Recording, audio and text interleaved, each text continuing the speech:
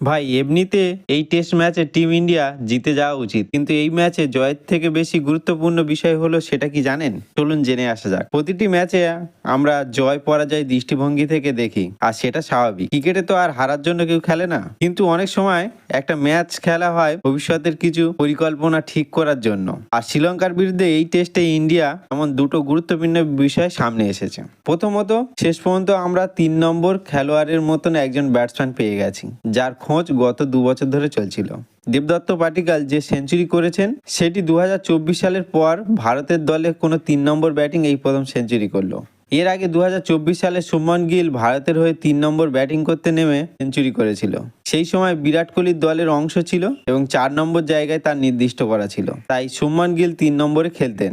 তারপর 35টা ইনিংস পার হয়ে গেলেও এই 3 নম্বর ব্যাটিং আর পাওয়া যায়নি। পাদিকাল যেভাবে দুর্দান্ত 100 রান করেছে তাতে আপাতত মনে হচ্ছে একটা বড় সমস্যা মিটে গেছে। তবে ভবিষ্যতে কি হবে সেটা অবশ্য পরে বোঝা যাবে, কারণ টেস্ট ক্রিকেটে 3 নম্বর পজিশনটা কিন্তু একটা গুরুত্বপূর্ণ জায়গা। বহু বছর ধরে দায়িত্ব সামলেছেন রাহুল দ্রাবিড়, এরপর চেতেশ্বর পূজারা, কিন্তু পূজারা চলে যাওয়ার পর 3 নম্বরে ঠিক মতন সেট হতে পারছিল না কেউ। পূজারার পর 3 নম্বরে শুভমান গিলকে খেলিয়ে দেখানো হয়েছে, ওয়াশিংটন সুন্দরকে মাঝে সাঝে সুযোগ দেওয়া হয়েছে, সাই সুদর্শনকে খেলানো হয়েছে, এমনকি লোকেশ রাহুলকে 3 নম্বরে খেলিয়ে দেখা হয়েছে, কিন্তু সেভাবে সাফল্য পাওয়া যায়নি। অবশেষে পাটিকাল এখানে দুর্দান্ত একটা সেঞ্চুরি করে মনে হচ্ছে টিম ইন্ডিয়ার কাজটা অনেক সহজ করে দিয়েছে। দ্বিতীয়ত গুরুত্বপূর্ণ বিষয় হলো মানব সুতার যেভাবে বোলিং করেছেন, তাতে ভারতীয় দলে আরেকজন স্পিন বোলিং অলরাউন্ডার পেয়ে গেছে বলে মনে হচ্ছে। কারণ রবিচন্দ্র অশ্বিন অবসর নেওয়ার পরে ওই জায়গাটা নিয়ে ভারতের একটা চিন্তা ছিল। তারপর রবীন্দ্র জাদেজা আর খুব বেশি দিন থাকবে বলে মনে হয় না দলের সাথে, কারণ তার কেরিয়ারের শেষ পর্যায়ে চলে এসেছে। এই পরিস্থিতিতে মানব সুতারের পজিশনের জন্য নিজের দাবিদারটা জোরালোভাবে তুলে ধরেছেন।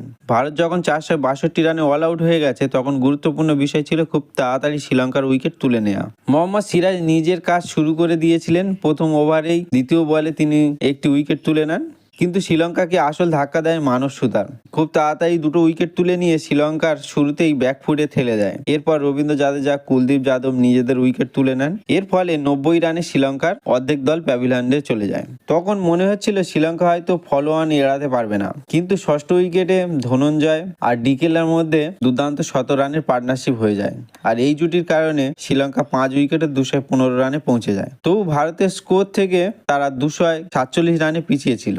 ষষ্ঠ উইকেটে শ্রীলঙ্কা দুর্দান্ত পার্টনারশিপ করলেও ভারতের কাছে এই জুটি ভাঁড় একটা আলাদা মোটিভেশন ছিল, কারণ ডিকেলার সাথে এক অদ্ভুত ব্যাপার ঘটে। তিনি প্রায় হাফ সেঞ্চুরি করেন কিন্তু সেঞ্চুরি করতে পারেন না। শ্রীলঙ্কার ক্রিকেট প্রেমীদের কাছে একটা বিশাল রহস্য ছিল যে ডিকেলা হয়তো আজকের সেঞ্চুরি করতে পারবে না। আন্তর্জাতিক ক্রিকেটে সেঞ্চুরি না করা সবচেয়ে বেশি টেস্টে রান করা ক্রিকেটারদের তালিকায় ডিকেলা অন্যতম। তাই শ্রীলঙ্কার সমর্থকরা আশা করেছিল হয়তো আজকের এই ম্যাচে এর অবসান ঘটবে, কিন্তু ভারত সেটা হতে দেয়নি। 80 রানে ডিকেলাকে প্রসিদ্ধ কৃষ্ণা আউট করে দেন। তবে তার সঙ্গী ফার্নান্দো সেঞ্চুরি করতে সক্ষম হয়েছে। তাদের পার্টনারশিপের কারণে শ্রীলঙ্কা ফলো অন থেকে এড়িয়ে গেছে। তবু ভারতের প্রথম ইনিংস থেকে তারা এখনো 178 রানে পিছিয়ে। ভারতের হয়ে সেরা বোলিং করেছে মানব সুতার, তিনি 4টি উইকেট নিয়েছে। এরপর হাতে প্রায় 1.5 ঘন্টা খেলা বাকি ছিল, কিন্তু বৃষ্টি এসে সব পরিকল্পনা ভেস্তে দিয়েছে। বৃষ্টি শুরু হলো, মাঠে কভার চলে গেল, আম্পায়াররা বুঝে গেল এই পরিস্থিতি আর খেলা সম্ভব না। দিনের খেলা শেষ, এখনো 2 দিন খেলা বাকি। টিম ইন্ডিয়া খুব শক্তিশালী অবস্থান রয়েছে। আজকে ভারত মাঠে নামবে, আর তখন সম্ভবত খুব আক্রমণাত্মক ক্রিকেট খেলা দেখা যেতে পারে।